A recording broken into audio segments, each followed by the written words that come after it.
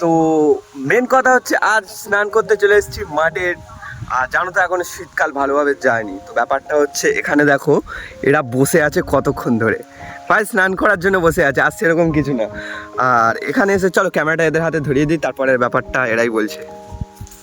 Rifle দিয়ে রাখে গুলি করে দেবো না?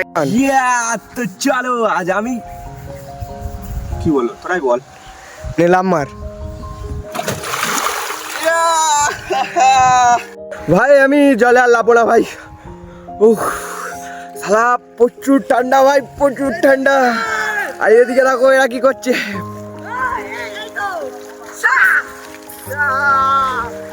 ভাই আর ঠান্ডা লাগলেও প্রচুর মজা আসছে ভাই, প্রচুর মজা আসছে, প্রচুর ঠান্ডা তো তার সাথে প্রচুর মজাও আছে। আর আমাদের সাথে দেখতে পাচ্ছ আমাদের লুলু হুলু আছে।